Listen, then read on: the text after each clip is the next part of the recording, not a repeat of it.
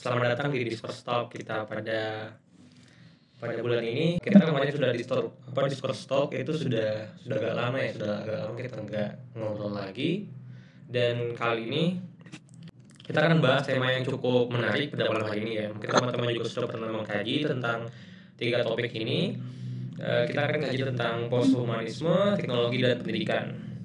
Dan ini ada tiga tema yang sebenarnya nggak terlalu berkaitan ya. Kalau saya belum menemukan kata-katanya di mana, tapi ini saya ambil dari 3 esai yang ditulis oleh teman obrolan kita pada malam hari ini, yaitu Mas Alfian Bahri. Halo Mas Alfian Bahri. Halo Mas Sundana, salam kenal. Oke, buat teman-teman halo semua. Ya, jadi nanti sembari teman-teman juga bakal hadir ya di sini. Sudah ada 8 audiens. Mas Alfian ini mungkin teman-teman belum tahu ya siapa Mas Alfian. Jadi Mas Alfian ini adalah kontributor esai di lsfdiscourse.org. Mas Alfian ini cukup sering nulis bahkan di media yang lain kayak butuan.co ya Mas Alfian ya. Dan topik-topiknya topik yang cukup berat ya, filsafat ya gitu. Ada juga ya topik kritik budaya ya. Seperti misalkan ada juga di topik pendidikan ya, jadi kritik atas pendidikan kritis ya. Dan di tulisan itu Mas Alfian mengangkat pemikirannya Kansiel ya. Oke, mungkin itu, atau Mas Alfian mau perkenalkan diri mungkin lebih detail ya, mungkin karena saya kurang detail tadi, mungkin kalau Mas Alfian bersedia silakan. Terima kasih teman-teman. Pembuka ya memang harus kenalan karena memang itu menjadi sebuah pertaruhan kalau dalam diskusi semacam ini terkadang itu menuntut latar belakang, kadang seperti itu. Jadi setiap kali ada acara diskusi atau acara apapun itu selalu minta, Mas, mana portofolionya mana? Dan itu sebenarnya pertanyaan yang paling berat selain diskusinya kalau bagi saya, karena saya sendiri itu sebenarnya adalah pedagang martabak. Karena saya kan nggak mungkin itu jadi Mas, CV-nya apa, mau diundang untuk jadi pembicara atau pemateri atau acara diskusi, lalu saya bilang saya pedagang martabak gitu kan kurang tepat gitu kan ya, jadi kayak nggak menarik gitu. Jadi pertanyaan itu sebenarnya yang cukup membebani. Mau nggak mau ya saya harus merekap beberapa tulisan, mau nggak mau saya harus merekap riwayat diskusi. Jadi intinya di situ teman-teman. Jadi ada beban moral sebenarnya di poin itu. Jadi alangkah baiknya biar kita sama-sama setara dan emansipatif terkait dengan tema nanti pendidikannya, kenal aja sebagai pedagang martabak yang suka nulis gitu aja lah, biar enak gitu, biar ada gairah untuk saling mengkoreksi gitu aja teman-teman. Saya rasa itu. Karena kalau profesi saya sendiri itu kalau pagi memang ngajar, ini profesinya ya, pagi ngajar sampai jam 12 itu, lalu saya siang itu saya ke pasar, pasti dengan martabak, sorenya sampai jam 9-10, baru setelah itu saya mulai membaca, mulai menulis gitu. Jadi itu terus, kemudian weekend saya juga tukang kayu karena kita pegiat UMKM gitu di komunitas kayu-kayuan gitu, saya juga kalau weekend di situ. Jadi kalau ditanya belakangnya saya bingung sebenarnya poinnya di situ, karena memang pekerjaannya serabutan, nggak jelas gitu. Poinnya di situ, jadi bisa enjoy nanti sama-sama mengkoreksi aja gitu. Terima kasih Mas Sundan. Oke, ya menarik gitu ya Mas. Jadi biasa sih kalau kami undang teman ngobrol di Discord Talk itu ya mahasiswa, ada juga yang yang masih belum kerja, santai aja. Jadi kita di sini ada ruang terbuka yang siapapun bisa ngobrol ya, asal pernah nulis gitu. Itu syaratnya doang ya. Jadi di Discord Talk di seri Discord Talk ini memang kita tuh mengundang kami khususnya mengundang kontributor yang pernah nulis esai dan cukup sering gitu, dan temanya juga cukup menarik gitu. Dan itu jadi pertimbangan kami itu, dan tidak masalah latar belakangnya dari mana, entah mau misalkan masih sekolah atau apa, itu nggak masalah ya. Kami pikir yang kita obrolkan nanti kan pemikiran itu ya, pemikiran yang menarik ya. Oke, karena filosof itu tidak tahu, filosof nggak hanya harus datang dari kampus kan gitu ya. Oke, jadi mungkin teman-teman kalau mau lihat latar belakang ininya ya, Mas Alfian bisa cek esainya di lsfdiscourse.org. ada tuh 3 tulisan Mas Alfian. Yang pertama itu evolusi sedang mengetuk pintu, telaah posthumanisme. Jadi di esai ini Mas Alfian mengelaborasi gitu bagaimana teknologi itu dan bagaimana manusia itu mempunyai kekuatan adaptif ya, dan teknologi dan melihat teknologi yang juga menghasilkan konsekuensi gitu ya. Dan ini esai menarik. Lalu Mas Alfian juga konsen di pendidikan ya, yang mana Mas Alfian itu nulis tentang tadi ya, apa namanya, belajar dari guru bodoh ya, tanda kutip ya.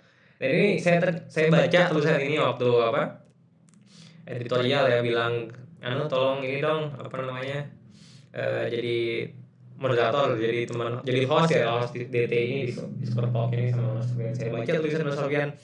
Awalnya judulnya udah wah ini kayak menarik banget ya, kayak clickbait banget judulnya gitu ya.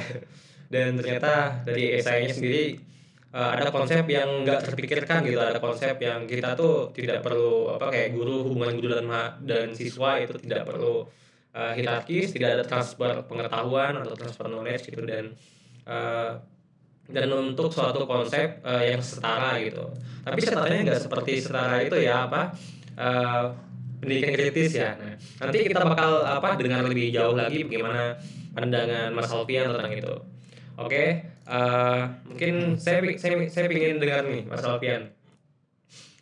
Kenapa kok Mas Alfian seneng? Tadi kan di sore hari bekerja gitu, malam hari juga bekerja gitu, dan siang pagi hari juga bekerja gitu. Artinya Mas Alfian ini orang yang sangat sibuk gitu ya. Nah, tapi malam hari Mas tadi bilang kalau bacanya di situ gitu ya, nulisnya di situ. Kenapa kok Mas seneng khususnya nulis tentang tema-tema filsafat gitu? Sejak kapan juga? Iya.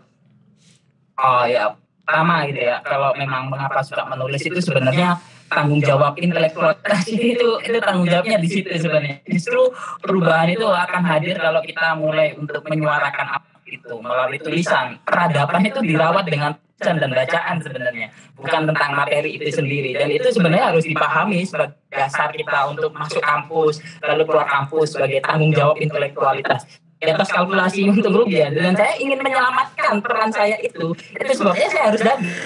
Terus kalau saya nggak dagang ya, ketika saya masuk ke sebuah sistem umpamanya, terserah sistem apapun pekerjaan yang terikat itu, tapi konsekuensinya peran itu akan tercabut. Itu poin pertama. Entah itu dari segi waktu saya yang terkuras, entah itu dari kebebasan saya berpikir, entah itu dari apapun, pasti peran intelektual itu akan tercabut. Dan saya ingin menghindari itu sebabnya memilih udahlah dagang martabak aja tapi sambil nulis kan kelihatannya lebih keren daripada saya seorang magister nulis kan biasa, itu memang kerjaannya gitu kan. Kalau saya pakai embel-embel saya ini pedagang martabak tapi juga suka nulis loh, kan lebih keren aja kan. Tinggal nanti dikoreksi tulisannya bagaimana, kualitasnya gimana, referensinya gimana. Justru itu nanti yang ingin saya tawarkan. Ini loh hasil pikiran saya itu seperti ini.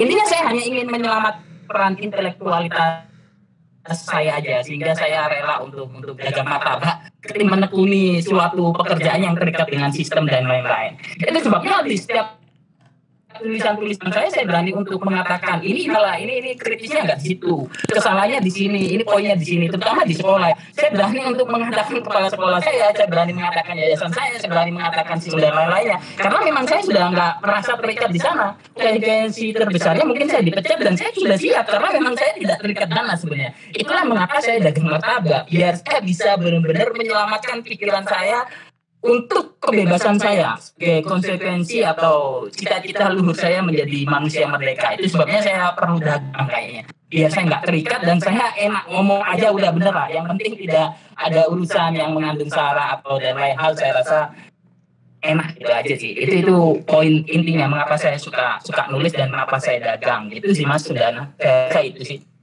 Nggak ada kalkulasi lain, untung rugi nggak ada lah, hanya sekedar ingin coba mengucapkan itu gitu. Mungkin kalau saya sekarang jadi guru ASN mungkin ya, saya mengatakan guru harus bodoh, itu mungkin saya diajar sama satu sekolah gitu. bisa-bisa saya diancam dengan hal karena memang orientasi terkadang saya itu memang ingin menghajar yang namanya pendidikan ini gitu.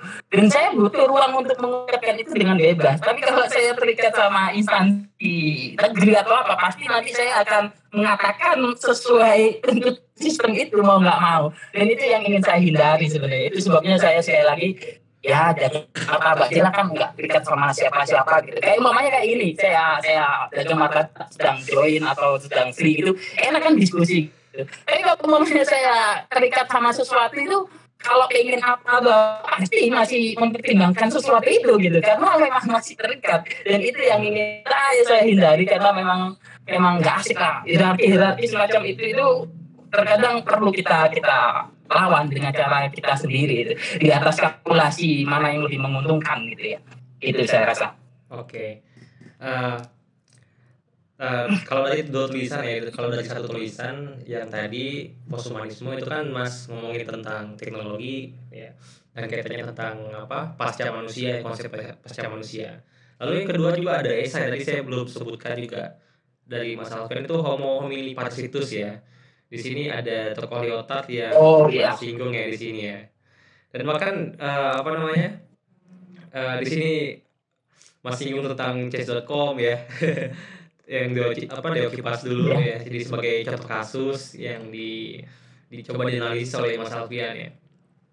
Nah sekali lagi kalau teman-teman ingin lihat apa konteks diskusi kita pada malam hari ini, teman-teman bisa langsung cek ya esainya Mas Alfian Homo homini parasitus, terus ada juga yang evolusi sedang menutup pintu, ada juga belajar dari guru bodoh ya. Nah kita mungkin mulai dari esai yang pertama. Nah di sini supaya apa nanti teman-teman bisa baca nanti atau baca sambil baca gitu, nggak apa-apa ya Mas Alfian untuk mereview esainya di sini ya. Nah pertanyaan pertama saya untuk Mas Alfian nih, kenapa tertarik dengan posthumanisme? Posthumanisme itu bagi saya termasuk orang yang beraliran percaya itu sejak dulu SMP, mungkin sudah lama, cuman memang waktu itu SMP kan belum seberapa paham tentang keterkaitan referensi kepustakaan dan lain-lain. Cuma di SMP itu saya sudah percaya manusia ini sebenarnya apa sih bedanya dengan yang lain-lain. Saya sudah mulai berpikir semacam itu.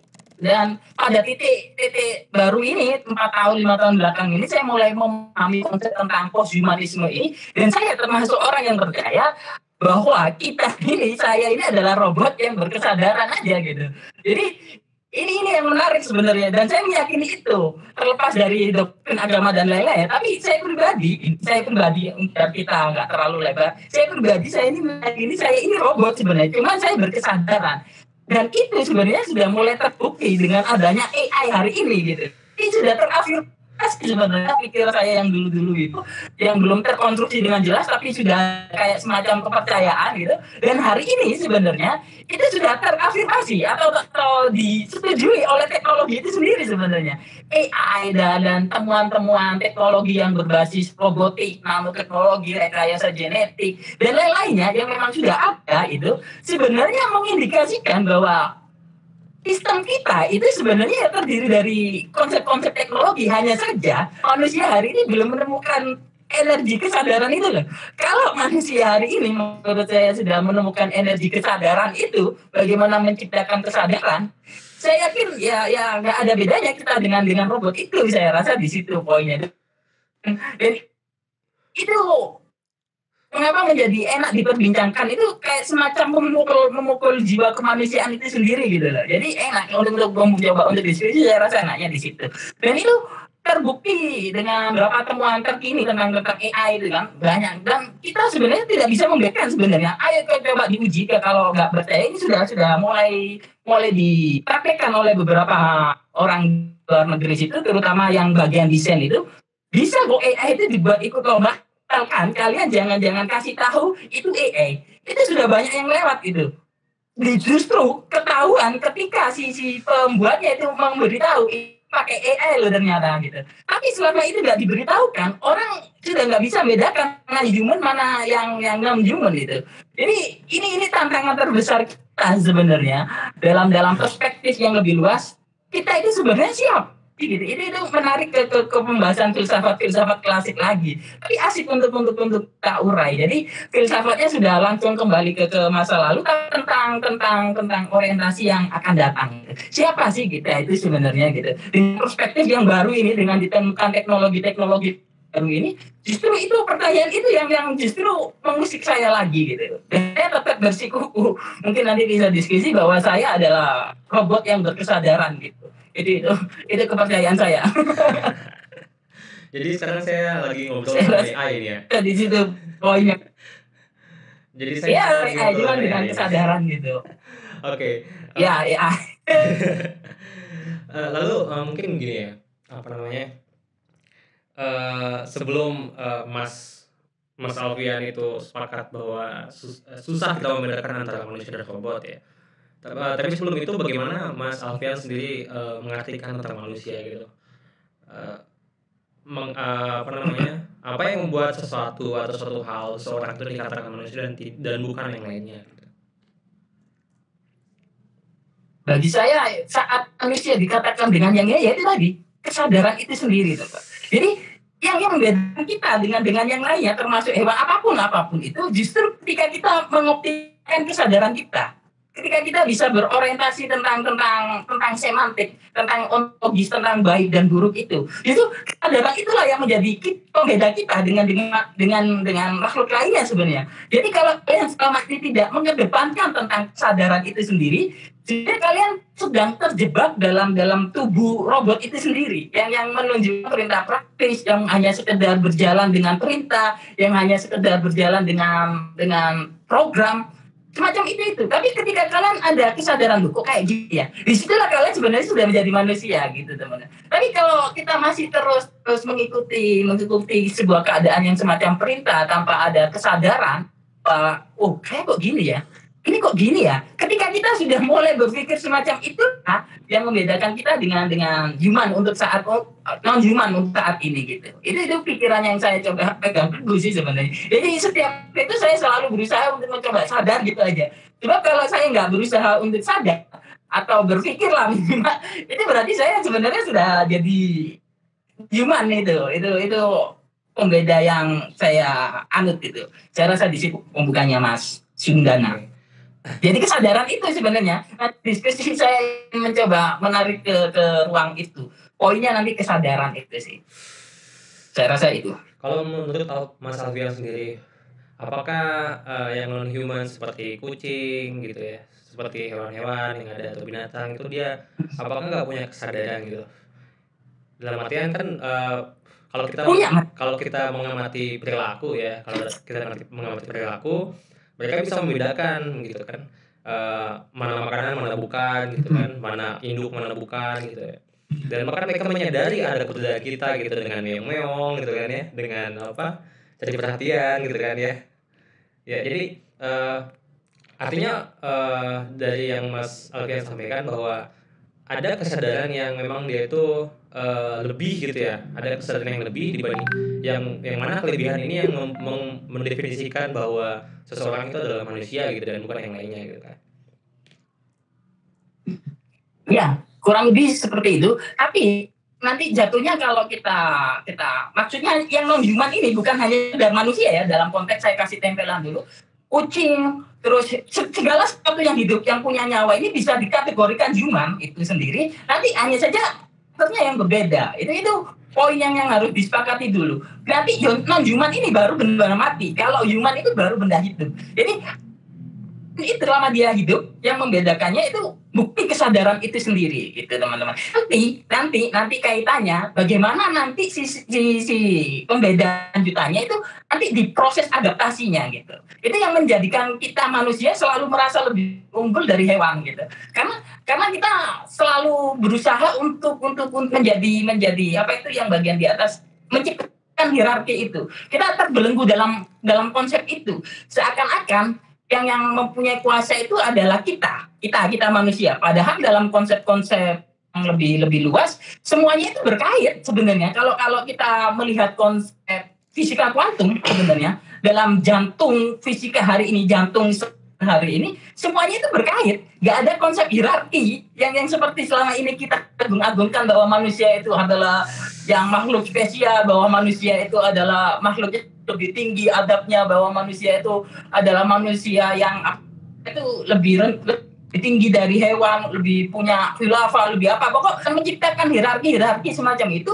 Justru di dalam konsep sains yang paling populer hari ini, yang paling bikin ilmuwan bingung itu, tidak ada konsep itu sebenarnya. Semua itu mempengaruhi, bahkan benda mati itu pun bisa mempengaruhi hidup kita itu.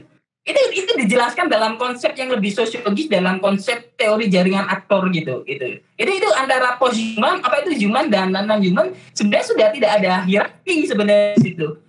Itu menariknya di situ. Mengapa kita pakai diksi atau diksi post-human ini hadir? Karena diksi apa itu hierarki itu runtuh kan, inti dari sebuah filsafat yang ada pos-posnya itu biasanya kan sudah menolak hierarki gitu kan ya. Nggak ada subordinasi atau keberpihakan mana yang lebih tinggi, mana yang semua seakan melebur menjadi satu. Itu di fisika kuantum yang sekarang bikin ilmuwan geleng-geleng itu memungkinkan hal itu terjadi gitu teman-teman. Jadi filsafat postmodern itu sebenarnya diafirmasi sama fisika kuantum sebenarnya tentang ketidakaturan itu sebenarnya.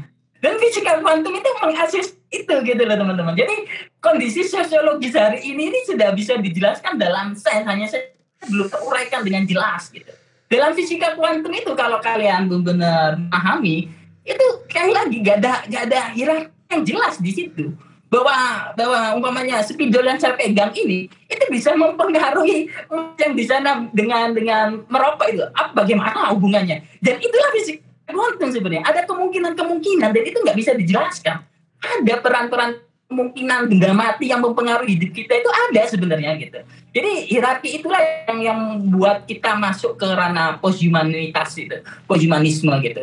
Runtuhnya hierarki antara human dan non-human gitu teman-teman. Jadi contohnya hari ini kalau kalian kasat mata nggak percaya gitu. HP, kalau kalian nggak percaya kalau benda mati itu sebenarnya bisa mempengaruhi hidup manusia itu, HP coba dicabut dari dunia ini. Seketika pasti akan kayak semacam lampu mati gitu, nggak ada aktivitas gitu.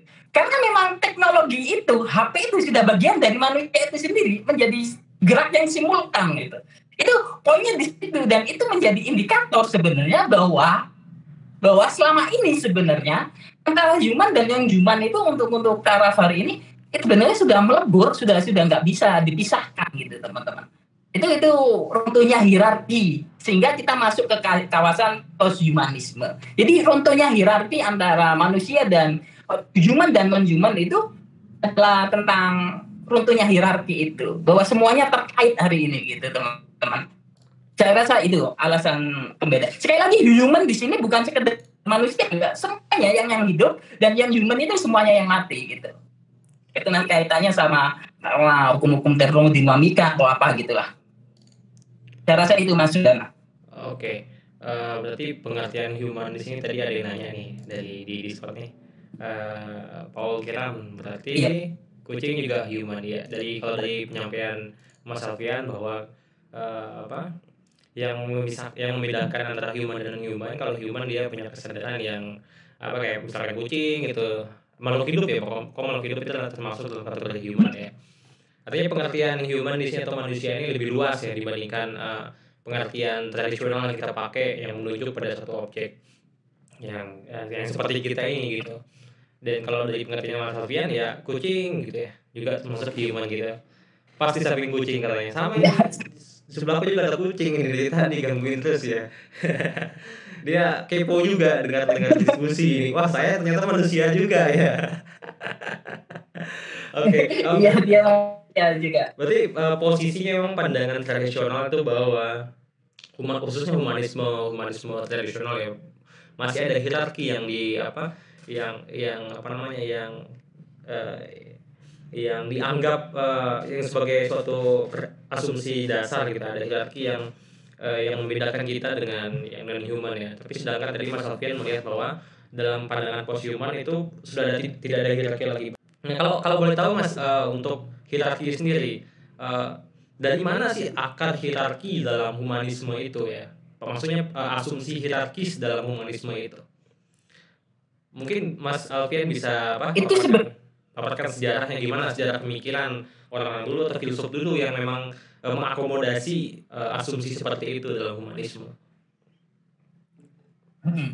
Jadi manusia itu pada dasarnya itu selalu mencari tentang asal usul sesuatu gitu teman. Dan itulah yang sebenarnya menciptakan hierarki, asal usul suatu sebab itu. Dan hierarki itu sudah diproduksi sejak jutaan tahun lalu, hanya saja modelnya yang berbeda teman. Kalau kita melihat benar-benar tentang periodisasi sejarah itu, mengapa kita selalu menuhankan sesuatu? Karena terkadang sudah nggak bisa menjelaskan itu secara sains, lalu itu didewakan. Hierarki itu adalah ciptaan manusia sendiri atas keterbatasannya. Sehingga dia tidak mentok, mikir tentang gejala alam ini, sehingga dia, oh ini berarti yang lebih tinggi dari saya ini. Kita menyembahnya, kita melakukan lebih apa itu, lebih spesial gitu. Dan itu selalu berulang dan permodelannya sampai detik ini. Dan hari ini sebenarnya kalau kita mengaku itu sebenarnya kita tidak ada sebenarnya hierarki semacam itu sebenarnya murni rekayasa manusia itu sendiri tentang humanitas itu sendiri. Jadi itu buatan manusia sendiri sebenarnya yang mengaku dirinya ini menjadi pusat dari segala sesuatu dan itu terproduksi sejak berbagai zaman itu. Dan permodelannya saja yang berbeda rasa. Dan itu memang diproduksi manusia, intinya seperti itu. Hal itu secara kehidupan nggak ada itu. Itu cuma karangan sosiologis saja dari akibat ketidaktahuan sebenarnya gitu. Saya rasa itu Mas. Oke, ini ada pembukanya. Teman-teman yang nanya nih ya. Hierarki itu ada Pohon Satuicin nanya dalam konsep pencipta dan yang diciptakan bukankah juga termasuk konsep hierarki? Apa benar seperti itu Mas Alfian? Kalau menurut jenengan? Iya, itu salah satu konsep. Oke. Dan sekarang kita ini hari ini, dan makanya tadi kaitannya mengapa ini apa sih mentok ya udah itu berarti dari pencipta gitu. Sejak saat itulah sebenarnya jadi sudah terbentuk. Hanya saja modelnya nanti berbeda-beda. Sejak asal usul manusia memahami hidup ini itu sudah terbentuk. Cuman perbedaannya itulah manusia yang menciptakan modelnya sendiri, hierarkinya sendiri. Padahal ya itu tadi sebenarnya tidak ada hierarki dalam perkembangan sains yang benar-benar mutakhir itu teman-teman. Itu poinnya. Kalau nggak percaya gitu ya. Kita sebenarnya itu sudah berusaha menjadi Tuhan. Ini contoh real bahwa kita itu terjebak dalam konsep itu yang padahal itu nggak ada gitu. Contohnya, pasti orang selalu bilang gini saat kita membahas robot, itu kan robot saya yang buat itu, nggak mungkin bisa melampaui saya. Bagaimanapun kan stop kontaknya ada di saya itu. Kalau nggak saya kasih baterai, itu percuma robotnya secanggih apapun kan nggak jalan itu. Jadi itu sudah sebenarnya menciptakan hierarki teman-teman. Itu berarti kalau pikiran itu sudah ditempel, kita sebenarnya sudah menjadi Tuhan. Tuhan kan dalam definisinya selalu begitu, tidak bisa dilampaui ciptaannya. Dan kita menciptakan robot dengan asumsi si ciptaan ini sampai kapan nggak bisa melampaui human gitu. Ya. Jadi kita ini sebenarnya sudah berusaha jadi Tuhan sebenarnya. Saat kita mulai pikir, AI ini apa? Stop kontaknya saya cabut, ya sudah nggak bisa apa-apa kan gitu. AI ini apa? Programnya juga yang buat manusia gitu kan. Sama seperti kita kami Tuhan, kita mencoba melampaui Tuhan nggak bisa gitu kan. Tuhan selalu bilang begitu gitu. Apa kamu mungkin manusia saya yang buat ini, kamu saya matikan juga kelar hidupmu kan gitu. Meteor di bumi kelar hidupmu kan gitu. Jadi itu semacam gitu. Padahal ya hari ini detik ini dalam fisika kuantum itu sebenarnya kunci tentang positivitas ini itu sebabnya di tulisan saya selalu bilang teori tentang kesimultanan, tentang ketidakhubungan antara satu dan lainnya itu sebenarnya sudah tidak ada dalam fisika kuantum. Semuanya linier. Bahkan yang mati pun itu bisa mempengaruhi yang hidup. Bahkan kalau kalian benar-benar memahami teori Chaos itu, asap rokok dari Mas Sundana ini bisa menciptakan badai di Amerika itu. Duh, kok bisa? Ya itulah fisika kuantum sebenarnya. Berhubung kita nggak bisa menguraikan sama dengan tornado itu, kan sebelum sama dengan tornado itu sebenarnya kalau kita pakai logik matematikanya itu, kejadian itu kan sama dengan kejadian terserah apa gitu kan. Kan sebelum sama dengan ini ada rumus yang begitu kompleks, entah itu dikali, dikuadratkan, ketemu ini, pokok begitu kompleks, baru menjadi sama dengan ini kan gitu ya. Permasalahan manusia hari ini itu tidak mampu mengurai tentang sebelum sama dengan ini yang begitu kompleks dalam fisika kuantum. Itu sebabnya dia nggak mau ambil pusing. Itulah kemungkinan gitu. Karena memang memang sudah tidak bisa diprediksi sebenarnya kalau kita benar-benar pakai basis sains yang terbaru ini teman-teman. Beneran itu pensil ini saya lempar bisa menghasilkan gempa, bisa gitu. Cuman dalam kejadian seperti apa yang nggak tahu. Fisika kuantum mengafirmasi itu bahwa atom di bumi itu bisa mempengaruhi gerak atom di planet Mars. Beneran itu. Dalam teorinya semacam itu, dalam pemahamannya semacam itu. Tinggal bagaimana membuktikan, yaitu tugas sains berikutnya. Tapi dipercaya semacam itu, teman-teman. Selama belum bisa dibantahkan, sebenarnya teori masih relevan untuk kita pegang teguh kan gitu. Poinnya di situ. Bagaimana kejadian ini nggak ada, sebenarnya bisa mempengaruhi gitu. Itu sebabnya poin doa masuk sebenarnya di situ loh. Doa kan sebenarnya abstrak gitu. Kita mau bilang bagaimana, tapi itu kita mempercayai bisa mempengaruhi sebuah esensi kejadian gitu. Terserah itu masuk di dalam poin sebelah mananya atau di dalam pembangun sebelah mana. Nah, yang jelas doa bisa terselip di situ, gitu teman-teman. Entah gimana kejadiannya kan gitu. Tapi kalau kita sebenarnya bisa tahu sebelum sama dengan itu, kita bisa memastikan sama dengannya apa gitu. Kayak umpamanya saya contohnya. Saya ditakut-takuti di rumah, saya kan ini di Sidoarjo. Di Surabaya itu ada orang tua. Lalu ditakut-takuti gini umpamanya, orang tuamu bahaya gitu.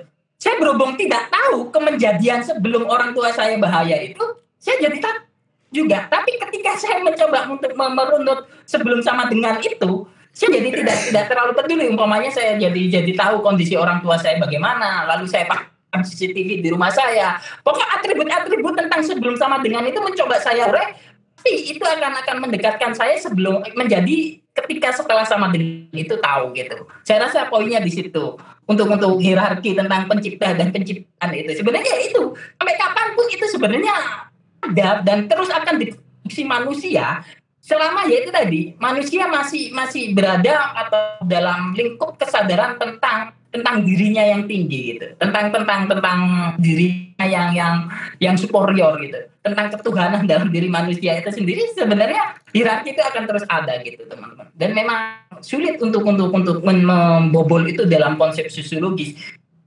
Tapi dalam basis sains itu ada dan itu yang ingin saya coba tawarkan biar kita itu nggak terlalu kekeh dengan pandangan sosiologis itu gitu. Tapi saya sedang dalam kajian tulisan seperti itu bahwa postmodern, fenomena postmodern seperti sekarang ini tentang kebercampuran, tentang keleburan, kok sing tentang kesemrawutan yang melebur jadi satu nggak jelas ini ingat-ingatnya itu sebenarnya sudah diafirmasi sama fisika kuantum gitu teman-teman dalam teori chaos, dalam ability-nya gitu. Dan itu diafirmasi. Jadi sejak saat ini ya sebenarnya sosiolog akrab dengan sains itu. Poinnya di situ. Oke. Ini gimana dengan kebenaran? Apakah masih kebenaran relatif dalam postmodern, Mas? Iya, kebenaran akan berujung ke sana juga nanti pada akhirnya. Oke. Ini masih ada tergantung nanti. Ini masih ada yang nanya. Hasil sama dengannya itu. Iya. Apa itu ini si Mia izin Bang? Apa itu berarti hierarki diciptakan atas kesadaran individual manusia? Kalau setiap doa dikabulkan, maka esensi dari doa itu akan hilang. Ini pertanyaan pertama tadi, apakah hierarki diciptakan atas kesadaran individual manusia? Mungkin kalau dari penyampaian Mas Alfian tadi lebih kepada suatu tindakan kolektif ya, kesadaran kolektif oleh manusia ya. Terus ini ada pernyataannya yang kedua kan kalau setiap doa dikabulkan maka esensi dari doa itu akan hilang. Iya, bukan iya sih. Saya nggak bilang setiap doa dikabulkan, tapi di situ sebenarnya orang mempercayai kinerja doa. Kalau saya sendiri itu tidak percaya kinerja doa, itu masuk di poin mana tidak terlalu mempercayai. Tapi ada kemungkinan kalau kita pakai pendekatan fisika kuantum ya, kalau kita pakai pendekatan fisika kuantum dalam perspektif ini gitu ya, itu ada kemungkinan doa itu bisa diselip menjadi sebelum sama dengan itu loh. Sama dengan umpamanya saya pengen diterima CPNS itu kan setelah sama dengan itu ya. Saya pengen diterima CPNS itu kan sebenarnya setelah sama dengan itu sama dengan diterima CPNS. Tapi sebenarnya manusia itu mengapa berdoa? Karena sebelum sama dengan mereka tidak paham bagaimana konstruksi itu dikerjakan. Itu sebabnya dia berdoa. Kalau dia tidak paham konstruksi pembangunnya sebelum sama dengan, aku yakin peran doa tidak terlalu bekerja. Gitu. Itu poinnya di situ. Jadi berdoa itu adalah upaya untuk memahami atau memasukkan poin yang hilang dalam sebelum sama dengan itu, teman-teman. Jadi kejadian itu hanya tentang sekedar rumus fisika aja yang digabung-gabungkan itu aja sebenarnya. Kalau kita benar-benar pakai pendekatan yang berbasis sains gitu ya. Jadi itu poinnya di situ. Selalu bisa dijelaskan dengan rasional segala sesuatunya itu. Hanya saja berhubung kita tidak begitu paham unsur pembangunnya, kita anggap oh itu takdir Tuhan gitu. Oh itu mungkin belum rezeki kita. Padahal ya kejadiannya seperti itu bisa dijelaskan dengan fakta-fakta sains itu akibat pembangunnya gitu. Karena pasti setelah sama dengan itu apa, sebelum sama dengan ini pasti rumus gitu. Entah rumus apa itu, pembangunnya seperti apa, entah X ditambah Y atau dikuadratkan, ada unsur ini, ada unsur itu. Kompleks sekali teman-teman, baru menjadi sama dengan itu gitu loh. Tugas manusia sebenarnya ya ini, mencari tahu bagaimana pembangunnya ini sebenarnya gitu. Dan doa masuk di bagian pembangun ini sebenarnya, cuman di bagian yang mananya dalam model seperti apa sumbangsinya itu yang tidak diketahui misterinya situ. Dan saya memang masih berlomba-lomba mengurai itu sebabnya Einstein selalu bilang Tuhan tidak bermain dadu gitu. Karena Einstein tahu ada faktor yang bisa dijadikan apa ya, semacam rumus atau semacam ketentuan yang bisa dilihat gitu loh. Oh kalau sama dengannya ini pasti ini gitu nasibnya, apa itu pembangunnya ini gitu. Itu sebabnya asal usulnya Tuhan tidak bermain dadu di situ. Karena memang Einstein tahunya ini kok acak banget kayak gini ya, kok banyak probability-nya, banyak ketidakmungkinan gini ya, banyak kemungkinan gini ya. Itu sebabnya dia bilang kayaknya nggak gini deh, harus ada yang ngatur ini. Itu poin di Tuhan tidak menciptakan dadunya di situ poinnya, gitu teman-teman. Jadi untuk doa dikabulkan, setiap doa dikabulkan, saya rasa saya nggak ngomong itu, jadi saya hanya ingin menjelaskan poin doanya di situ. Doa itu ya kayak semacam apa ya, semacam unsur non human gitu lah, yang memang bisa mempengaruhi sebenarnya di situ. Jadi doa itu kayak semacam suaranya, ini suara, mungkin doa itu semacam suara gitu mungkin kalau menurut saya. Doa itu kayak semacam suara gitu, yang suara ini bisa mempengaruhi segala sesuatunya nanti. Gimana caranya? Ya itu tadi misteri fisika kuantumnya di situ. Tapi ada sumbangsinya, ada, cuman nggak tahu dalam perspektif bagian kontribusi yang mana gitu. Saya rasa itu terangkat ya. Berarti apa namanya, suatu tindakan kayak doa tadi itu juga termasuk non human di sini. Iya, Udah. bisa jadi ya. Bisa jadi. Kan kita ini sinyal itu sebenarnya. Doa itu kayak semacam sih. Kalau kita kelasa lebih lanjut itu, kita ini sebenarnya terdiri dari atom kok dalam perspektif hukum kuantum itu. Kita ini nggak ada sebenarnya. Kita ini hanya gelombang gitu. Kalau dalam fisika kuantum ini, dan doa itu bisa jadi gelombang itu sendiri sebenarnya. Dan itu mempengaruhi faktor lain untuk bersama-sama untuk menciptakan sesuatu atau menghasilkan sesuatu gitu. Dalam hal apa? Yang itu memang yang jadi misteri kita. Cuman yang fakta yang tidak bisa dipungkiri hari ini ya tentang itu sendiri, tentang ketidakteratan, tentang segala kemungkinan itu fakta yang hari ini. Cuma memang masih belum bisa mengurai sejauh mana itu bisa diformulasikan gitu teman-teman. Oke. Wah ini sudah mulai panas nih, sudah mulai abstrak banget ini kita obrolannya ya. Sini ada Widya nih nanya lagi. Tadi Mas Alfian mengatakan bahwa sejauh teori tersebut tidak atau belum terbantahkan, maka teori tersebut dapat kita pegang. Dalam model teori kuantum, kira-kira bagaimana cara membantah teori tersebut? Atau kira-kira fakta atau model teori macam apa yang bisa membantah teori kuantum? Artinya kalau misalkan tadi kan posthumanisme ini kalau menurut Mas Alfian dibenarkan, dijustifikasi oleh teori kuantum ya. Tapi apakah ada kemungkinan bahwa teori kuantum itu salah gitu? Atau ada fakta apa yang membuat teori kuantum itu salah? Dan ini juga tadi kalau misalkan kita itu adalah atom ya, hanya gelombang dan lain sebagainya gitu.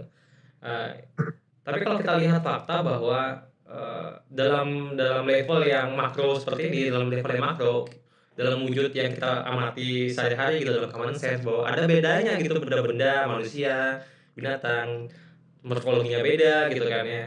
Artinya kuantum kan menjelaskan dalam level yang mikroskopik gitu ya. Tapi bagaimana kok pada level yang makro ini ada beragam hal, ada beragam entitas gitu dalam dunia gitu. Mungkin pertanyaannya Herzi Widya dulu aja, yang tadi itu ya. Iya, tadi tentang gimana teori itu bisa dibantah dengan teori, ya tinggal dibuktikan teori itu salah kan gitu. Bagaimana ya, itu sedang di lomba-lomba apa sama sama para saintifik gitu kan.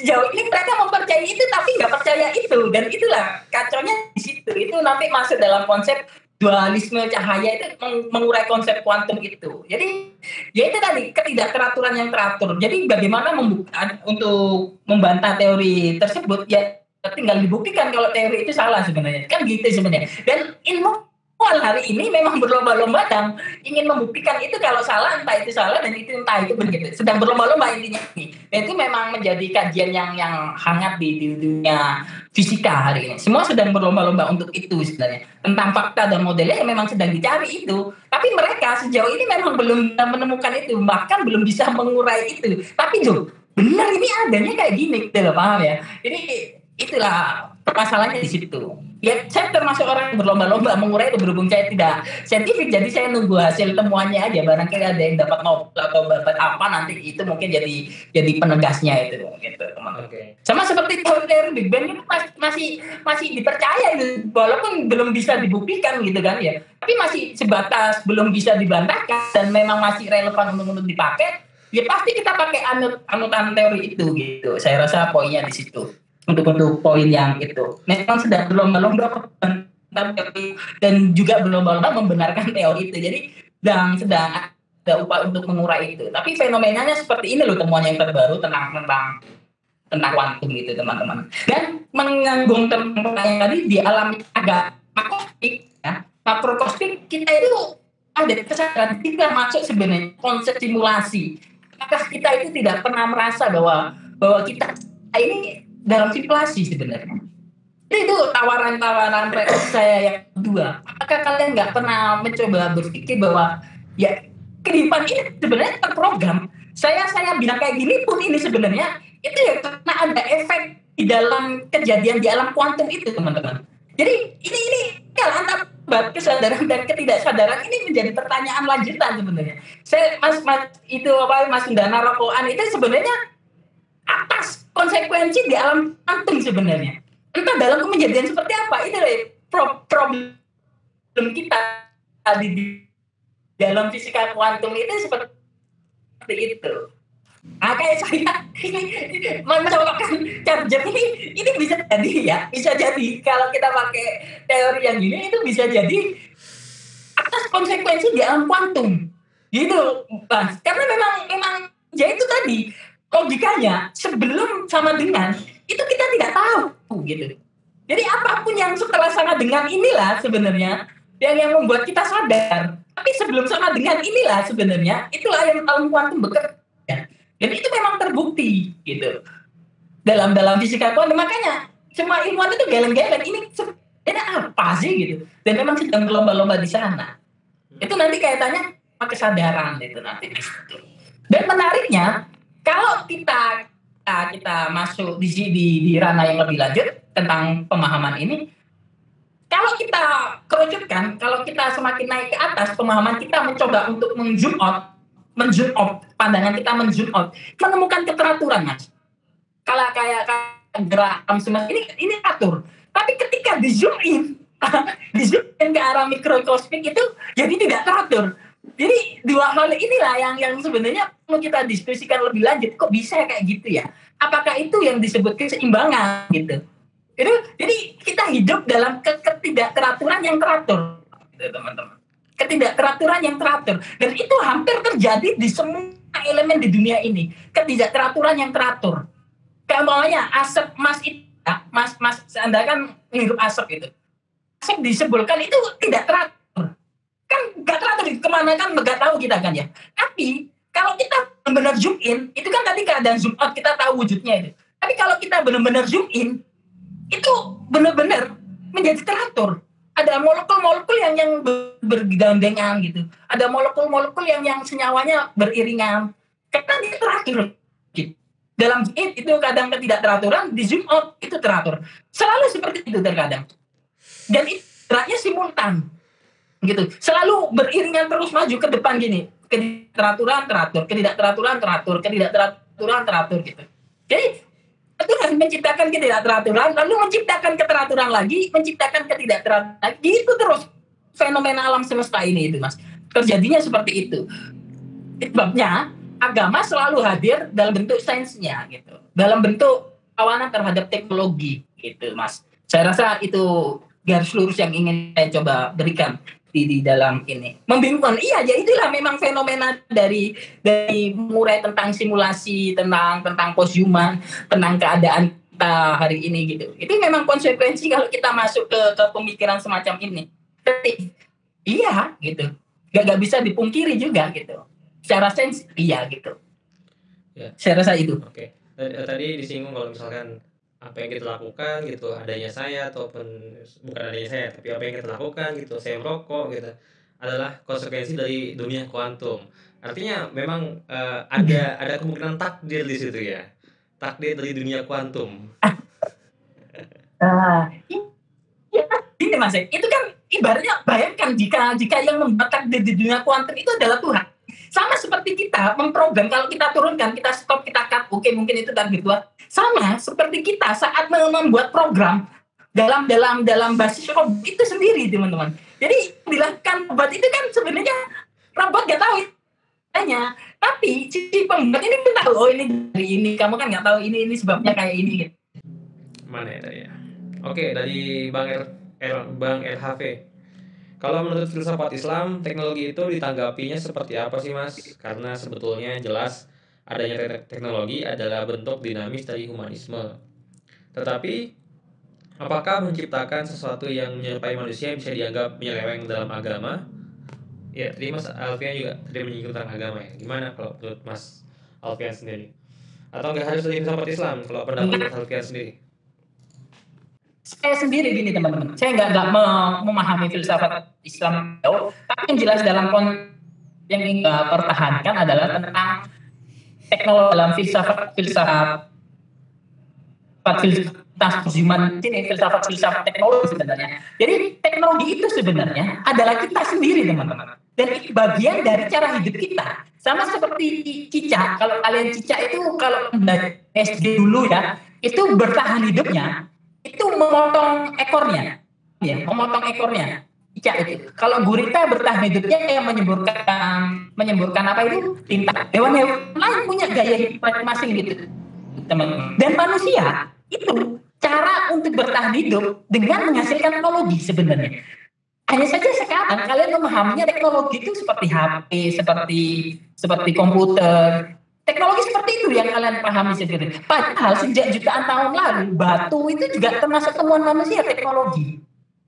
Logam, kapak, itulah teknologi manusia sebenarnya untuk bertahan hidup. Dan masalahnya ya, teknologi dalam hal ini selalu menghasilkan teknologi, atau itu selalu menghasilkan teknologi. Teknologi menghasilkan masalah diselesaikan dengan teknologi. Teknologi menghasilkan lagi. Sampai di ini, itu terus saja bekerja teman-teman. Sama seperti penemuan komputer hari ini, itu menimbulkan masalah yang kompleks. Tapi nanti pada akhirnya manusia akan teknologinya sendiri untuk menyelesaikan masalahnya hari ini. Dan itu yang disebut evolusi sebenarnya. Jadi kita itu bergerak dalam bentuk yang seperti itu. Apakah teknologi bisa dicabut dari manusia? Tidak. Karena memang itu bagian dari manusia itu sendiri untuk bertahan hidup. Kalau hewan bertahan dengan cara dalam tubuhnya sendiri, kalau manusia melihat faktor lainnya untuk bertahan hidup, menghasilkan sesuatu.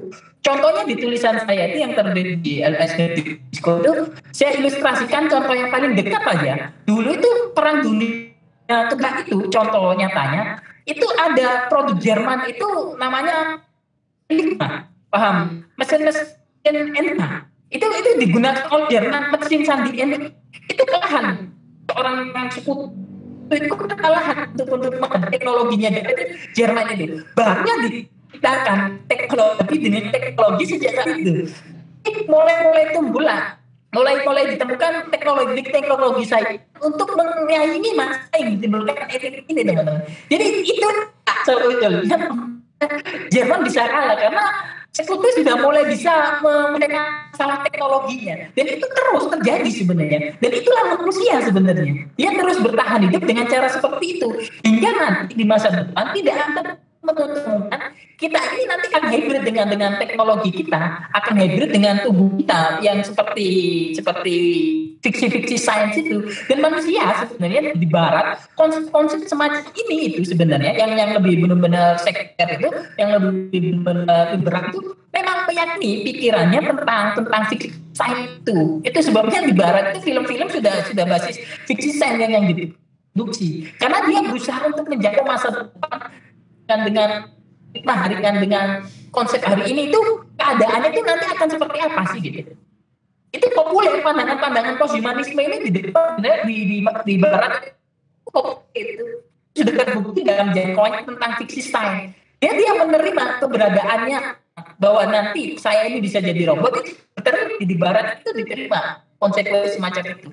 Tapi di kita di timur kita ini kan masih terkekang dalam konsep membanggai diri kita manusia itu sendiri. Tapi kalau benar-benar kita menyerahkan pikirannya pada basis sains, itu ya memungkinkan kita jadi robot benar-benar bisa punya teknologi robot ke dalam tubuh kita, itu memungkinkan itu untuk masa depan. Teknologi hari ini ada gitu, teman-teman. Jadi teknologi, sekali lagi saya coba pertahankan argumen ini, adalah manusia itu sendiri sebagai bentuk adaptasi terhadap semesta ini. Ya, teknologi itu manusia itu sebenarnya. Gitu, teman-teman. Jadi teknologi menghasilkan teknologi membuat masalah menghasilkan teknologi, gitu terus gitu.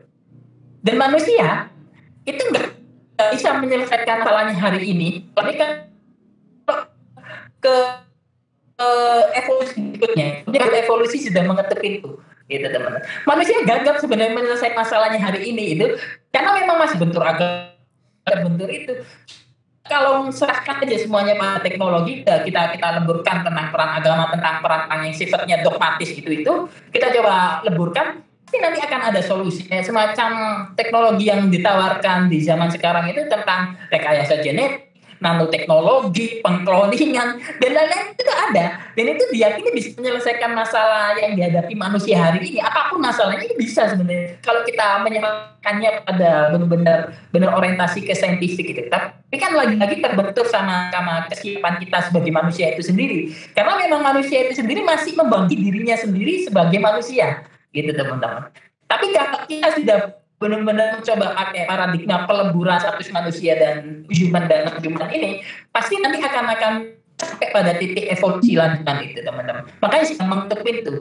Tapi kalau mau benar-benar diposkan, ada seperti manusia zaman batu, alien ke zaman besi atau zaman logam gitu. Jadi kita ini sedang berada pada posisi persimpangan, sedang diketuk kita ini sebenarnya oleh evolusi itu sendiri. Evolusi sendiri kan selama kita selalu menagih fakta evolusinya nggak ada, tapi secara teori kan memungkinkan itu dalam basis biologi dan basisnya, tapi selalu dituntut fakta evolusinya nggak ada gitu, fakta evolusinya mana gitu. Dan ini sebenarnya kita sedang diketuk oleh fakta evolusi itu nanti di depan, di masa depan. Ini memungkinkan itu, teman-teman, dengan variabel hari ini gitu ya. Jadi sedang diketuk, tinggal kalian percaya atau enggak gitu. Dan itu ya akan untuk diri. Dan Homo sapiens kan tidak pernah ada untuk bersih. Entah itu umpamanya di bumi ini menjadi panas itu ya, umpamanya di bumi ini menjadi panas itu nanti, tapi manusia mungkin akan menjadi wujud yang lain nanti itu untuk beradaptasi itu dengan teknologi yang seperti apa, pasti manusia akan beradaptasi di level itu. Gitu, teman-teman. Oke. Tadi pernyataan yang menarik bahwa teknologi itu adalah manusia, dan manusia itu adalah teknologi itu sendiri. Artinya pernyataan ketika orang bilang bahwa manusia mau gunakan teknologi, itu artinya manusia mau gunakan dirinya sendiri. Gitu ya, Mas ya?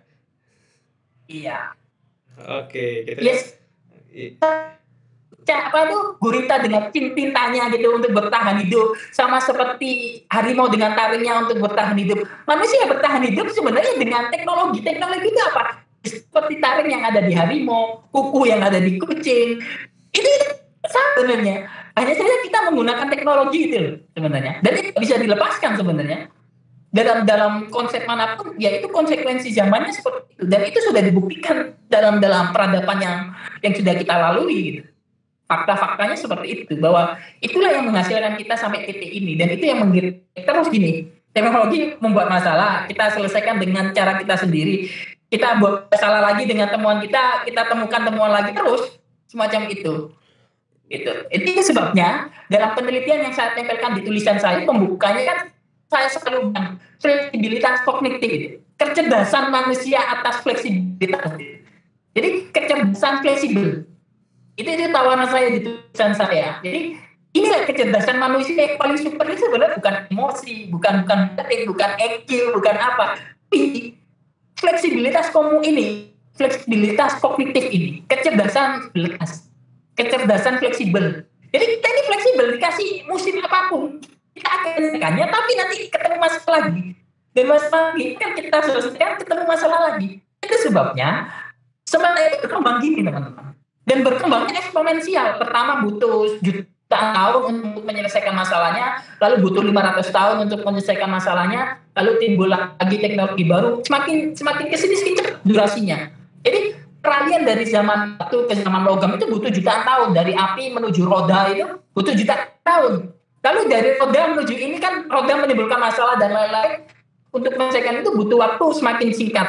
Lalu teknologi komputer mendapat masalahnya nanti butuh waktu disingkat lagi. Itu lebih eksponensial kalau dalam bahasa statistiknya. Jadi tidak menutup kemungkinan hari ini makanya itu menamakannya disrupsi.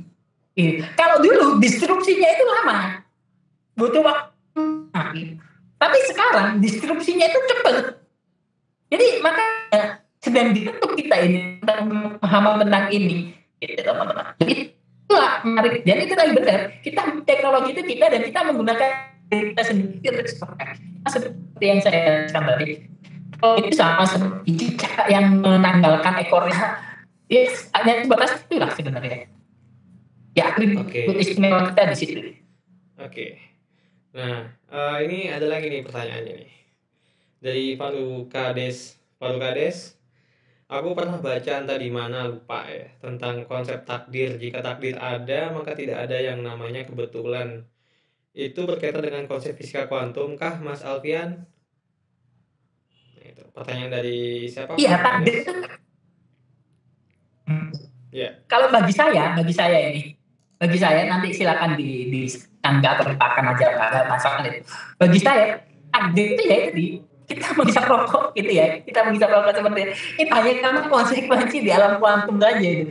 Dan kita memang sulit menguraikannya gitu. Itu takdir bagi saya. Jadi kalau kita sukses itu sebenarnya sudah bagian dari kerja semesta aja ini sebenarnya. Dan ini suka-suka problemnya ya Tuhan gitu, suka-suka dia aja. Kan masih ingin bersumbangsi ke dalam itu dan tahuin sebelum dari tadi teman-teman. Mas seperti komputer itu seperti robot-robot yang bicara kerjanya sebenarnya ya aku menjadikan itu basis program itu saja gitu. Hanya saja kan programnya yang dibuat Tuhan yang kita kenal ini kan kalau hari ini teknologi manusia itu memang belum seberapa kompleks, tapi mendekati kompleks itu. Kalau kalian seorang programmer itu pasti kompleks mengkaitkan antara poin 1, poin 2. Kalau poin ini mempengaruhi ini, poin ini akan bekerja gini, ini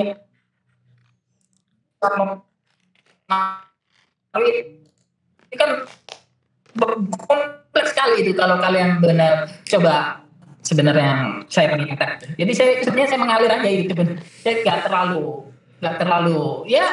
terlalu membebani. Oh ini apa enggak. Saya termasuk orang yang itu. Oke. Saya rasa itu Mas. Oke itu untuk Faruk siapa tadi? Faruk Kades ya. Oke, ini ada lagi pertanyaan. Ini ada cerita juga nih dari Paul Kiram nih. Iya, fisika kuantum itu kurang lebih seperti yang sudah dijelaskan. Walaupun mungkin dengan keterbatasan seperti itu. Lalu bagaimana dengan kemungkinan yang berkaitan langsung dengan teknologi dan posthumanisme? Mungkin ada kaitannya dengan fisika kuantum, tapi kira-kira apa saja problem, kemungkinan, dampak, dan lainnya dari posthumanisme ini? Bukan bagaimana pola yang ada di fisika kuantum. Saya ingin menanyakan ini, Mas. Oke. Paul Kiram ya, kalau mau lihat di chat. dampak ya saya baca itu. Dan jika ada fisika kuantum hari ini ya nanti itu terserah di depan ini. Makanya kita kalau kita pakai kemungkinan itu yang ada dalam fisika kuantum, nanti dampaknya ya kita ini akan jadi robot gitu. Itulah fase humanisme hadir. Jadi sudah diketuk, kalian ini robot, nanti akan bekerja sama dengan robot, kalian nanti akan edit dengan robot, kalian nanti akan bersatu dengan robot. Itulah dampak dari konsep posthumanisme ini sebenarnya, dan itu mungkin untuk terjadi, teman-teman. Itu sih dampak lanjutannya sebenarnya, dan ini yang perlu kita urai. Mungkin saat kita mulai dengan robot, mungkin kita akan mulai mengurai fisika kuantum itu nanti, teman-teman. Mungkin ya, cuman ya itu jangkau yang ingin saya coba tawarkan. Saat mungkin saya pakai kecerdasan robot yang benar-benar, kan kalau bilang kecerdasan sudah kalah sama robot sebenarnya. Kalau kognitif aja loh ya, tanpa embel-embel lain-lainnya ya, kalau kognitif aja, kita sebenarnya sudah kalah dengan robot itu saat mengelola data, mengelola informasi. Robot lebih canggih daripada kita. Gitu. Mungkin saat itu dia hibridkan kepada tubuh kita. Mungkin itulah nanti konsep fisika kuantum yang rumit itu bisa terpecahkan gitu. Karena memang robot itu kan mengolah datanya canggih, dikasih data berapapun itu langsung gitu kan. Langsung bisa dianalisis. Mungkin nanti akan jadi seperti itu dampak lanjutan dari kon ini. Oke, artinya penyatuan. Dan saya mempercayai makanya human dan non-human kan. Robot. Iya, artinya nanti ada kalau dalam konsep posthumanisme tadi seperti apa yang disampaikan Mas Alfian itu, artinya nanti ada momen di mana manusia human dan human itu menyatu gitu kan ya. Seperti contohnya cyborg gitu kan. Memungkinkan itu sangat memungkinkan. Kalau kalian hari ini menolak itu justru bertentangan dengan fisika terbaru ini gitu loh teman-teman. Poin di situ yang ingin saya sampaikan.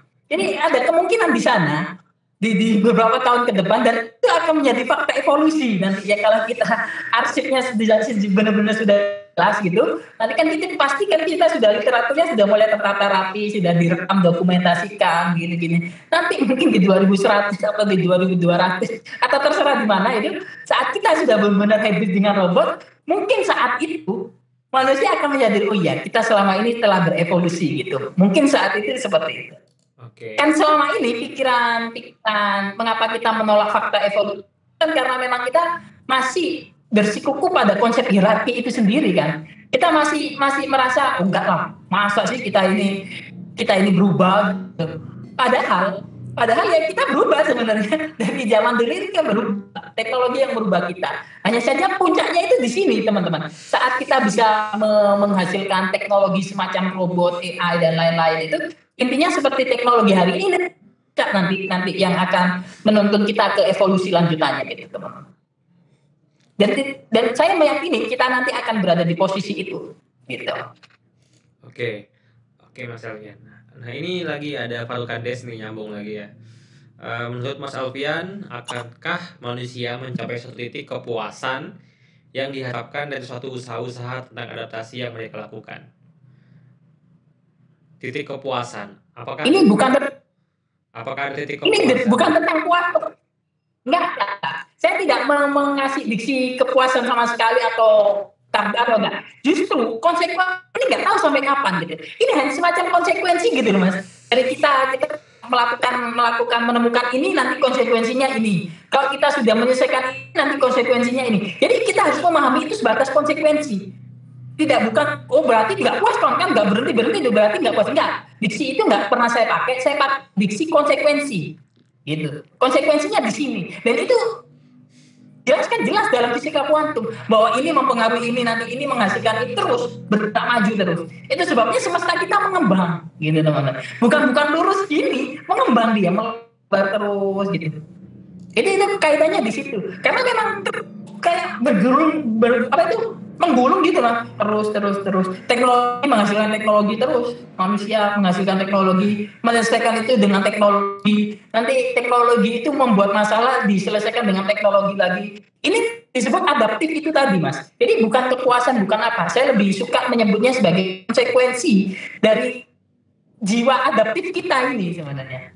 Konsekuensinya sebenarnya itu nggak akan selesai sebenarnya. Inilah pengurai dari titik kepuasan itu sebenarnya. Apakah manusia akan puas?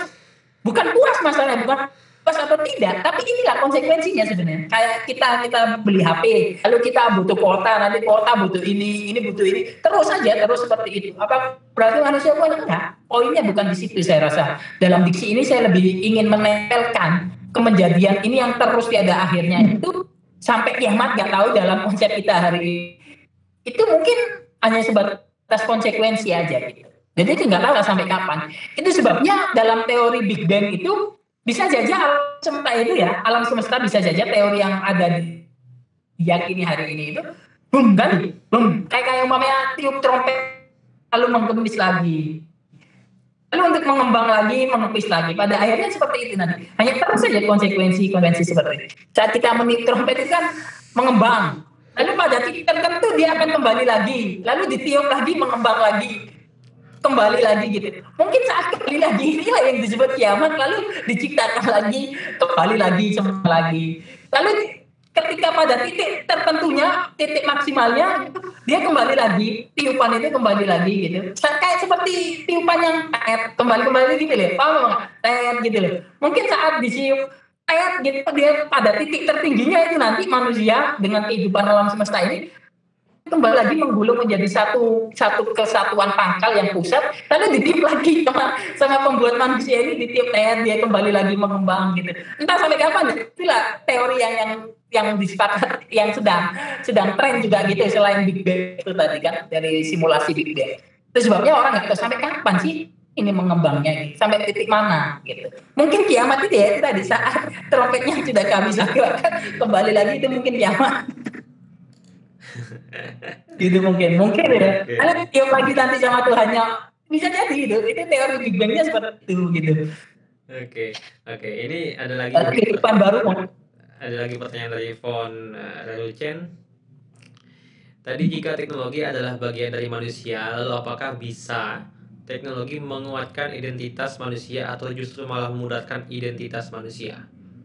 Kalau dari pemaparan Mas Alfian tadi malah memudar ya. Iya, sudah nggak ada batas-batas itu, kayak sudah nggak ada dalam konsep posthumanisme loh ya. Kalau kita pakai ruang lingkup posthumanisme, kalau kita masih menuntut kayak ini, apakah eksistensi manusia, apakah teknologi beda dengan manusia, berarti kita belum masuk konsep posthumanisme sebenarnya, gitu loh Mas. Kalau kita memang pakai kacamata posthumanisme ini, kita ini sudah nggak ada bedanya sama non-human itu sebenarnya. Itulah yang ingin saya sampaikan. Itu inti dari posthumanisme itu sebenarnya di situ. Kita ini ya teknologi, kita ini juga berfungsi pada semesta ini. Kemudian apapun yang ada di semesta ini juga bersimultan terhadap takdir kita juga. Gitu teman-teman. Intinya posthumanisme di situ, sepengetahuan saya sejauh saya memahaminya.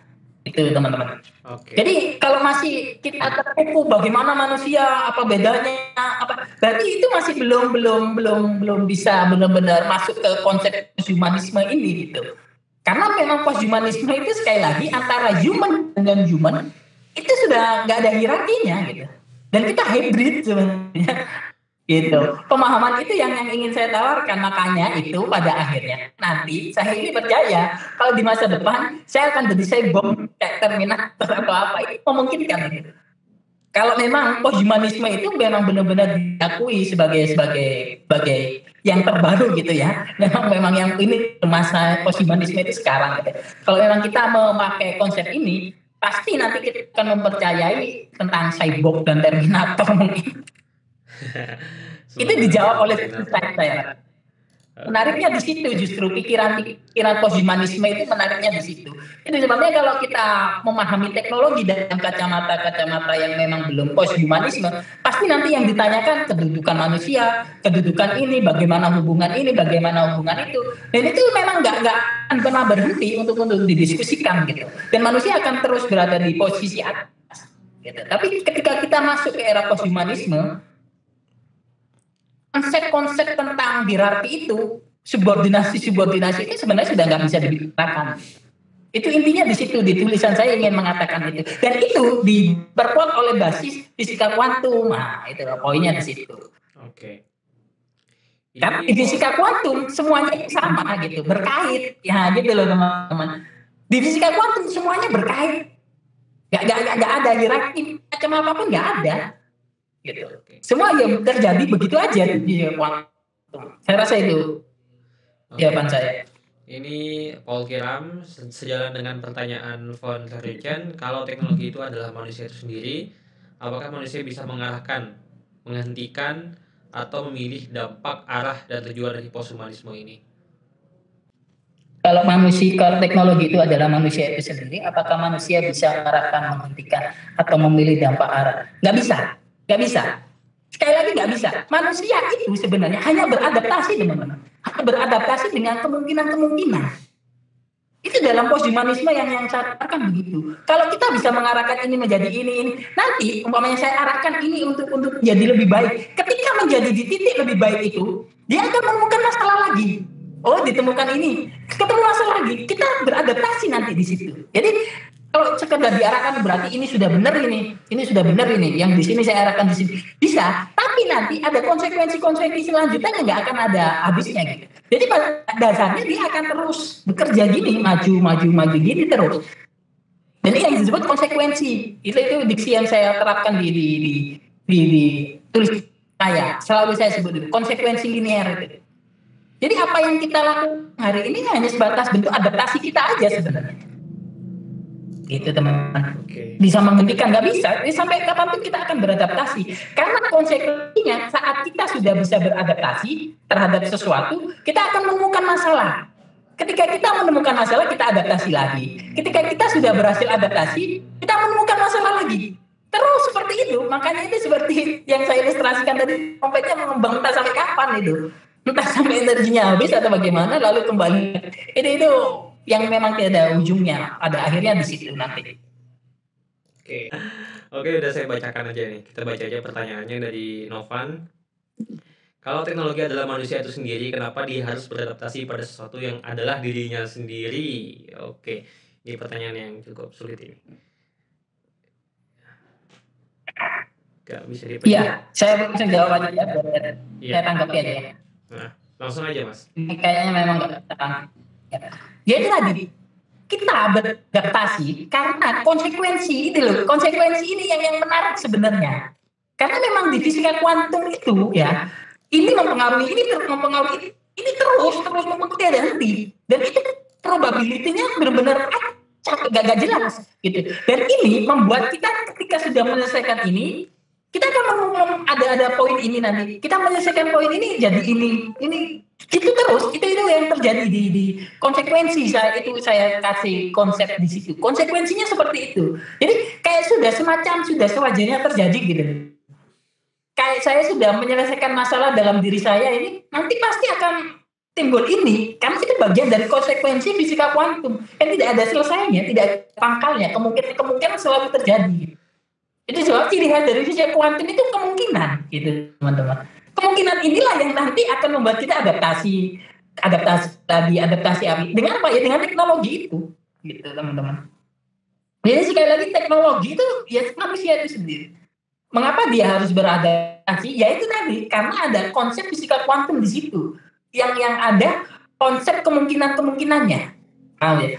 Ketika kita sudah menyelesaikan masalah ini di titik ini selesai. Ini masalah kita akan selesai. Tidak, ada konsekuensi. Kita duduk di sini sampai di sini ada konsekuensinya. Konsekuensinya apa? Ya itu nanti yang dicari manusia lagi. Ketika sudah menemukan, lalu kembali lagi ke tidak teraturan yang teratur gitu. Itu bisa dijelaskan tadi. Yang saya jelaskan tentang keteraturan yang teratur itu. Jadi itu tanggapan saya sih. Konsekuensi intinya di situ. Saya ingin pakai diktu untuk mengurai kita. Oke, mungkin Faruk Kades nih nggak bisa kepencet katanya. Oke, untuk topik posthumanisme ini mungkin pertanyaan saya jadi penutup nih. Kalau misalkan kita masuk dalam era posthumanisme, artinya kita sudah bukan lagi human, tapi kita adalah suatu perkawinan silang antara human dan non-human gitu ya. Ada suatu entitas baru ya. Entah namanya apa, tapi kita kawin silang dengan non-human, termasuk dengan benda-benda ya. Termasuk dengan proses, sistem yang ada gitu kan. Nah, kalau demikian gitu, bagaimana implikasi ya? Bagaimana implikasi misalkan implikasi terhadap kebudayaan, terhadap hukum, terhadap politik gitu, misalkan ya, atau terhadap etika gitu. Apakah ketika era posthumanisme ini terwujud gitu, momen posthumanisme ini terwujud, apakah kita akan men-treat sesuatu kayak misalkan tadi yang non human itu sebagai sesuatu yang sama dalam arti begini, kita memperlakukan misalkan pajak misalkan, maksudnya pajak kan, kita pajak itu kan berlaku untuk manusia, kita nggak ngasih pajak terhadap kucing, terhadap kera atau lain sebagainya. Bagaimana dengan konsekuensi seperti itu gitu? Konsekuensi sosial khususnya dalam posthumanisme. Apakah kita akan Konsekuensi seperti itu mengubah jelas. bentuk ya, mengubah sistem yang ada gitu. Siapa tahu kan nanti kan kita kasih Ya, pajak konsekuensi kucing gitu. Ya, gimana? ya bisa kemungkinan yang akan terjadi, tinggal nanti manusia pilih jalan yang mana itu. Ini poin yang pertama. Ya, bisa kemungkinan terjadi di situ. Entah kan itu di masa depan segalanya menjadi mungkin itu. Sebagai konsekuensi yang kita ambil hari ini. Itu poin yang pertama. Tapi yang jelas nanti jika kita benar-benar sudah menjadi cyborg, mungkin yang jadi terdampak yang pertama adalah agama itu sendiri dalam perspektif saya, implikasinya nanti yang seperti ditanyakan undang-undang kebaikan dan lain-lain itu nanti akan menjadi ruang-ruang yang benar-benar berbasis digital, yang berbasis benar-benar by data, mungkin seperti itu, yang sudah benar-benar bisa ditarik by data, analisis by data gitu aja. Jadi pada akhirnya akan mengarah ke semacam itu kalau kita berlandas pada proyeksi-proyeksi hari ini tentang fiksi sains. Itu sudah dapat kita ketahui sebenarnya jangkauannya seperti apa, akibatnya seperti apa. Kalau kalian baca novel seperti David Agrees itu sama novel George Orwell, itu kan sebenarnya mencoba menangkap implikasi tentang keadaan kita hari ini gitu kan. Sebenarnya dia mencoba memproyeksikan masa depannya itu seperti itu loh kalau keadaannya hari ini. Masa depannya seperti itu loh kalau variabelnya hari ini. Segala kemungkinan itu ada dan itu nanti yang perlu kita sama-sama saksikan, dan kita sekarang sedang menuju masa itu yang jelas. Karena memang masanya seperti itu. Saya rasa itu. Oke, Mas Alfian.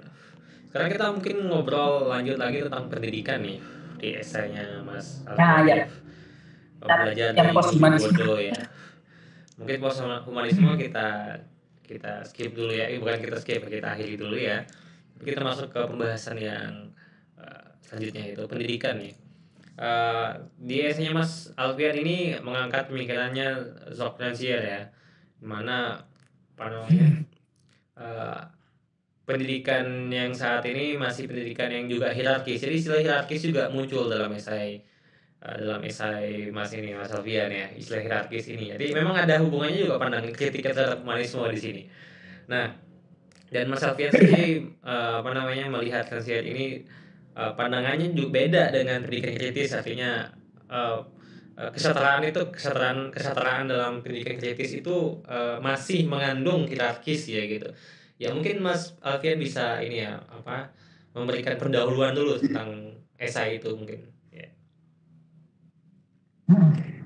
Isi itu sebenarnya tentang kejengkelan saya terhadap guru itu sendiri. Ini autokritik ya, nanti jangan tanya Anda kan guru, enggak, ini sebatas autokritik kan, itu yang bikin saya jengkel sebenarnya. Ketika saya menjelaskan tentang guru, saya justru dituntut untuk membaikkan guru, enggak, ini justru poin-poin pembukanya nanti di situ. Nanti jangan tanya atau jangan coba berkomentar, loh Anda kan guru berarti Anda kan seperti itu, enggak, ini hanya sekedar semacam autokritik. Bisa saja apa yang saya ucapkan berlaku dengan saya, bisa saja tidak, dan ini memang tugas-tugas kita bersama mengawal semuanya gitu. Intinya saya akan coba membedah tentang guru itu sendiri. Itu poin yang pertama sebagai pembuka. Lalu saya pakai pandangan Jack Rancière sebagai pikiran pembahasan itu karena bagi Rancière ini yang menariknya sebenarnya teman-teman. Kalau kalian memahami konsep pendidikan kritis yang selama ini berkembang, yang paling kalian ketahui tentang Paul Freire, terus Giraud, saya lupa namanya. Ada Henry Giraud, terus McLuhan, terus pendidikan kritis lainnya, Ivan Illich, terus siapa lagi itu? Neil Postman, banyak pokok intinya yang memang sealiran dengan Freud, masih sebatas tentang bagaimana membebaskan siswa. Paham ya? Bagaimana membebaskan siswa. Jadi seakan siswa ini adalah orang yang terkurung, yang membebaskan ini adalah hero-nya. Sinilah sebenarnya hierarki sudah diproduksi. Itu sebabnya bagi Ranger, konsep yang semacam itu justru tidak membebaskan karena sudah diawali dengan cara menganggap sesuatu tidak bebas. Jadi ada semacam kayak hierarki, mana yang membebaskan, mana kesetaraannya, karena memang sudah dimulai dari konsep yang hierarki. Itu yang dikritisi Ranger habis-habisan. Makanya Ranger menyebutkan pendidikan kritis ini pada akhirnya hanya bermuara pada mitos pedagogik gitu. Karena memang terjebak dalam pikirannya sendiri, ingin membebaskan, ingin membuat seseorang itu setara, ingin membuat seseorang itu merdeka, tapi yang merasa bebas, mulailah dengan pikiran kita sama-sama harus bebas, kita sama-sama harus belajar. Kan itu poinnya di situ. Kan selama ini tidak. Itu Ranger dengan tegas mengatakan guru harus bodoh. Karena bagi Ranger, guru yang tidak merasa bodoh itu bahaya, karena dia merasa murid ada di bawahnya terus. Dan murid harus dibebaskan, kan gitu. Guru di sini, murid di sini. Bahkan tujuan guru ingin membebaskan murid, tapi sudah dimulai dengan hierarki semacam ini. Seakan murid yang ditolong untuk dibebaskan. Siapa membebaskan guru? Seakan guru inilah yang membebaskan murid. Di sinilah sebenarnya mitos pedagogik harus dipahami. Itu sebabnya nggak bisa untuk diteruskan, kata Ranger seperti itu. Guru dan murid harus benar-benar setara memulai pembelajaran. Biar tidak ada otoritas kebenaran di awal. Kan permasalahan kita di situ. Kita selalu dianggap dibebaskan oleh guru. Kita selalu dianggap menunggu perintah guru. Karena apa? Karena guru selaku orang yang selalu dipahami untuk membebaskan kita. Gitu. Membebaskan kita dari keterbodohan, membebaskan dari apapun itu. Gitu. Dan itu yang dikritisi Ranger habis-habisan dalam konsep pedagogi kritis. Itu sebabnya Ranger bilang sekali lagi, guru harus bodoh. Karena jangan sampai ada hierarki di awal. Biarkan kita berkembang bersama-sama gitu. Dan metode yang ditawarkan Ranger cukup bagus sebenarnya. Dalam Jacobson itu, saya lupa nama gurunya. Jacobson kalau nggak salah dia menggunakan basis penelitian disiplina untuk mengurai teorinya itu tentang guru yang harus bodoh, dan itu dipraktekkan, dan itu lebih berpotensi berhasil ketimbang teori-teori hierarki yang selama ini kita pakai. Gitu. Karena murid ketika benar-benar mengetahui gurunya bodoh, si murid tidak akan sungkan untuk menginstruksi gurunya, mengatakan tepatnya, mengatakan gurunya salah, berani untuk mengatakan yang benar, berani speak up, berani macam-macam pokok intinya. Karena memang si guru sudah tidak memposisikan dirinya di depan sebagai otoritas. Itu poin yang harus kita pegang teguh. Ketika guru ada otoritas di depan, disitulah sebenarnya apapun bentuk kebebasannya akan terjebak pada mitos. Karena selalu dianggap murid adalah yang tidak tahu dan guru adalah tahu. Gitu. Itu sebenarnya kalau kalian masuk kelas itu sebenarnya jangan langsung merangkai sebenarnya. Coba untuk masuk, mencoba untuk tidak tahu tentang materi itu dulu.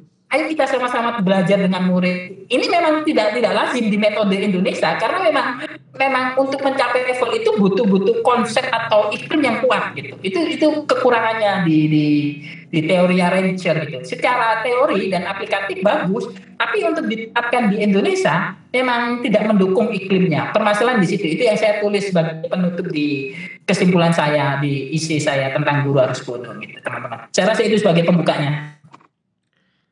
Kalau misalkan sistem konsepnya seperti itu, bahwa ada guru memposisikan dirinya sebagai seseorang yang bodoh dan tidak merasa superior dibandingkan muridnya, lalu apa fungsi guru dalam sekolah gitu?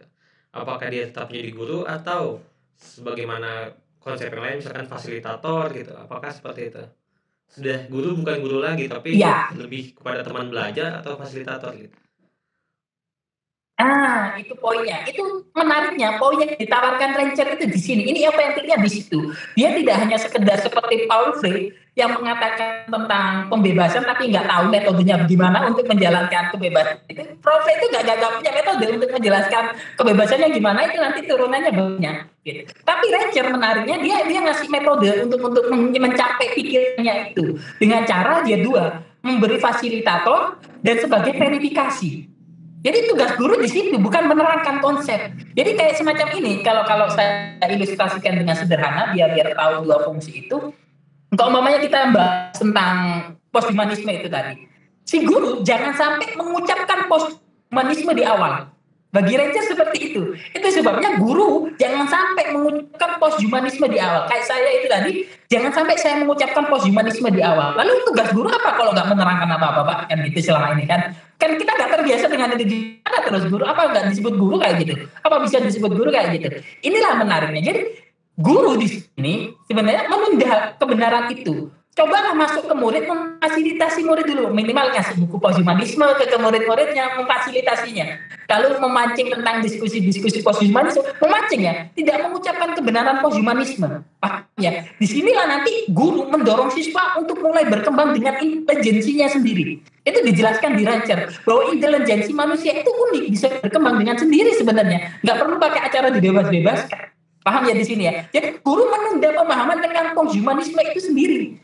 Tapi mendukung murid untuk memahami posthumanisme berdasarkan intelijensinya sendiri. Jadi di sini masuklah konsep, kalau ingin lebih sederhana, masuk proses pembelajaran berbasis mandiri. Kalau pengen diadopsi di Indonesia, pembelajaran berbasis mandiri. Jadi kalian kalau ingin diskusi posthumanisme ini tadi sebenarnya, saya tidak perlu mengucapkan posthumanisme di awal, kalian perlu sebelum ikut diskusi ini wajib memahami posthumanisme sendiri dalam perspektif kalian. Terserah benar dan salah, nggak ada hubungannya itu. Tapi minimal kalian mencari tahu sendiri posthumanisme itu apa, konsekuensinya apa, lahir di mana, terserah. Pokok intinya mencari tahu sendiri tentang posthumanisme itu, teman-teman. Nah, ketika itu sudah terjadi dan si guru tidak memberi apa-apa atau kebenaran di awal, tugas guru beralih ketika sudah menjadi fasilitator, pendorong dan lain sebagainya, tugas guru beralih ke verifikasi. Paham ya? Jadi kayak ini tadi banyak yang diskusi, jadi diverifikasi sama guru. Posthumanisme itu apa sih gitu? Kita sama-sama belajar tentang posthumanisme itu. Dan ketika si murid sudah bisa menjelaskan posthumanisme, nggak mesti harus benar. Minimal sudah bisa menjelaskan sedikit-sedikit ini, nggak mesti harus banyak benar itu. Disitulah sebenarnya murid sedang belajar. Belajar dengan caranya sendiri. Dan itu lebih berbekas. Dan tugas guru memverifikasi itu gitu. Oh, berarti dia sudah belajar dari yang nggak tahu posthumanisme, walaupun cuma bisa menjelaskan posthumanisme adalah bla bla bla bla, berarti dia sudah belajar gitu. Tinggal nanti dikembangkan lebih lanjut step gini. Dan itu terus simultan gitu. Tugas guru di situ sebenarnya. Jangan sampai guru itu menjadi pembenar di awal. Resikonya bagi Rancher, si murid akan mengikutinya. Ketika si murid mengikutinya, si murid tidak belajar, si murid hanya melakukan duplikasi pengetahuan. Itu sebabnya kalian kalau selama ini sekolah sampai ke kampus-kampus, selama ini kuliah, selalu berusaha menjawab pertanyaan dan dosen, selalu mengingat dosen itu kemarin bilang apa ya, guru itu kemarin bilang apa ya. Saya dulu SMP itu selalu membawa buku contekan yang berisi catatan guru-guru, karena saya sudah terdoktrin duluan, sudah terjajah duluan bahwa kebenaran yang benar itu ya dari guru yang diucapkan di kelas itu. Karena saya tidak mencari tahu sendiri gitu. Karena sudah diklaim kebenaran di awal, ini loh yang benar, rumus segitiga itu gini, pemahaman definisi itu gini gitu. Dan itu yang menjadi pembenaran di awal. Gitu teman-teman. Dan itu bahaya sebenarnya. Itu sebabnya tidak pernah membebaskan seseorang dari sistem belajar, sistem pendidikan. Namanya saja membebaskan. Tapi itu akan terjebak dalam hierarki kebebasan-kebebasan yang lain gitu teman-teman. Itu menariknya dalam poin Rancher yang ditawarkan. Jadi peran guru itu fasilitator dan pemverifikasi. Jadi gitu. Kayak tadi maunya kalian sudah bisa menjelaskan posthumanisme gini-gini. Saya umpamanya dalam tanda kutip ini hanya misalnya, saya sebagai guru memastikan, oh iya dia sudah bergerak dengan caranya sendiri. Berarti dia sudah belajar gitu. Dan memungkinkan itu otentik, benar-benar sudah belajar. Ketimbang kalian mengatakan ulang apa yang saya ucapkan, walaupun duplikat benar plek ketiplek seperti yang saya ucapkan, kalian sebenarnya tidak belajar di posisi itu. Gitu teman-teman. Saat namanya kalian tadi berkesimpulan juga, oh posthumanisme itu antara human dan non-human melebur. Ketika kalian hanya bisa mengucapkan itu akibat dari mendengar saya, itu sebenarnya kalian tidak belajar. Walaupun kalian mengafirmasi itu adalah benar, sebenarnya kalian tidak belajar. Bahayanya di situ. Ketimbang kalian benar-benar mencoba untuk mengucapkan apapun tentang posthumanisme berdasarkan kalian mencari tahu sendiri. gitu. Jadi si guru itu hanya memverifikasi, mengajaknya diskusi, mengajaknya berdebat, mengajaknya bertanya-tanya. Kalau dia bisa menjawab, mengetahui sebab asal musabab tentang jawabannya, disitulah sebenarnya dia sudah belajar gitu teman-teman. Itu menariknya di situ. Jadi ambil guru itu nggak usah terlalu masuk terlalu dalam, poinnya di situ. Itu sebenarnya memukul telak guru Indonesia yang doyan ceramah sebenarnya. Itu poin pentingnya di situ teman-teman. Oke. Jadi guru harus bodoh. Bayangkan ini kan menampar kita sebenarnya. Yang kita sok tahu itu justru saat kita menerangkan sesuatu itu justru membuat siswa meniru kita dan itu tidak berpotensi belajar. Dan itu asik sebagai metode. Itulah sebenarnya bahwa tanggung jawab belajar itu ya tanggung jawab pribadi. Belajar itu sebenarnya tentang tanggung jawab kita personal gitu. Jangan dilimpahkan ke siapapun. Karena berpotensi untuk hanya sebatas meniru duplikat gitu. Itu sebabnya kalian ketika sudah lulus bingung saya harus ngapain ya. Ya karena memang kalian tidak dilatih untuk belajar, untuk survive. Karena kalian selama dilatih untuk mengekor, menduplikat bahwa yang benar itu yang seperti itu. Yang benar itu kayak gini, kalian harus seperti ini, kalian harus begini. Jadi ketika yang memberi perintah itu nggak ada, kalian bingung ini yang mana yang benar gitu ya. Dan itulah sebenarnya sebab musabab mengapa pendidikan di Indonesia maju. Poinnya di situ salah satunya. Selalu terjadi otoritas, selalu terjadi tentang doktrin, selalu dibanggakan tentang hierarki. Poinnya di situ teman-teman. Kalau di esainya Mas Alfian sendiri itu ada menyebut metode di situ, metode Sokratik ya. Itu bagaimana kita diterapkan dalam sekolah itu? Nah, ya itu jadi cukup yang dikritik itu kan semacam jadi guru itu kayak semacam kasih tebak-tebakan. Ayo ini apa? Yang tadi saya jelaskan loh, ini apa gitu. Padahal dia sudah tahu jawabannya gitu. Itu nggak boleh sama Ranger diplak habis-habisan. Buat apa kalian seperti itu? Seakan-akan kebenaran itu yang ada di balik HP ini. Ayo apa tadi yang saya jelaskan itu? Jawabannya sudah saya jelaskan loh tadi ini apa gitu. Kan itu metode Sokratik gitu. Itu ditentang habis-habisan oleh bukan begitu caranya. Kalau caranya seperti itu bagi Ranger, justru si siswa tidak berkembang dengan pikirannya sendiri. Selalu mengingat-ingat tentang kebenaran yang diucapkan tadi, kan gitu. Sokratik kan selalu itu, menyembunyikan jawabannya padahal dia tahu jawabannya. Bahaya itu, kagak boleh bagi Ranger seperti itu. Karena ya itu tadi konsekuensinya kalau kita menerapkan pembelajaran semacam itu, kita hanya meniru teman-teman. Kita hanya menduplikat, kita hanya mereka-reka apa ya yang tadi itu ya. Coba sih, kan kemarin dulu sekolah kayak gitu nggak sih? Coba, kalian selalu kan berusaha mencoba berpikir kemarin yang dijelaskan guru itu apa sih gitu. Kok sekarang keluar ya? Apa ya gitu. Coba apa buku contohan, kayaknya ini yang keluar gitu. Jadi kita tidak menjawab soal berdasarkan pikiran kita, gitu loh teman-teman. Itu resiko kalau kita tidak menerapkan konsep Ranger gitu. Sekalipun tujuannya membebaskan, kita akan terjebak dengan cara-cara semacam itu karena otoritas masih dipegang oleh si pembebas. Gitu. Itu sebabnya bagi Ranger hierarki itu nggak boleh ada. Guru masuk kelas benar-benar harus benar-benar setara dengan siswa, harus sama-sama benar-benar belajar gitu. Itu teman-teman, saya rasa poinnya di situ. Iya. Tadi sama seperti saya ikut Discord ini kan aplikasi baru. Saya kasih contoh dulu biar enak. Ini kan aplikasi baru bagi saya ini. Kalau saya langsung diajari oleh Mas Windana bagaimana nekan-nekannya, pahamnya, saya tidak akan belajar, teman-teman. Justru ketika Mas Windana membiarkan saya untuk mengutak-ngatik ini tadi, justru saya belajar. Gitu. Jadi Windana berusaha tidak menggurui saya dan saya juga tidak berusaha untuk mencari tahu lebih jauh tentang ini. Jadi murni kita tadi dicoba tekan ini.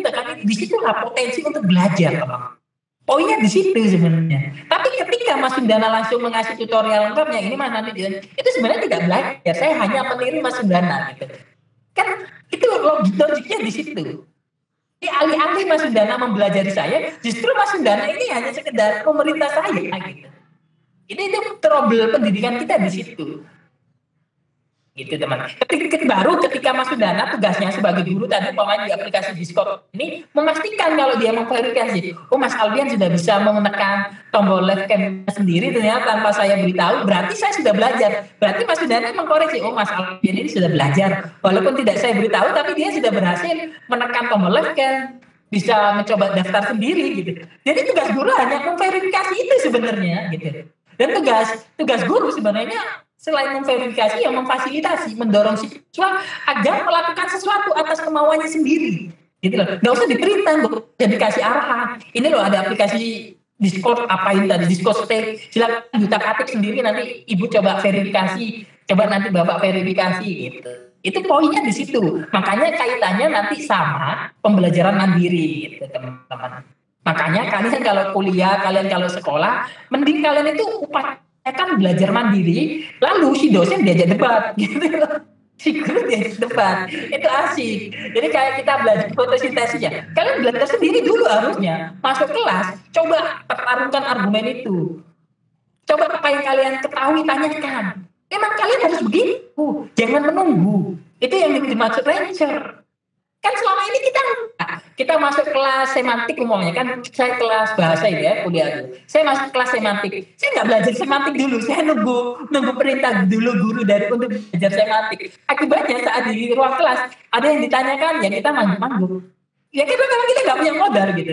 Tapi kalau kita sudah belajar semantik terlebih dahulu berdasarkan kemauan kita, masuk kelas semantik kita minimal ada pertanyaan di atas dosen. Pak itu kok bisa gini? Menurut yang saya baca kok gini?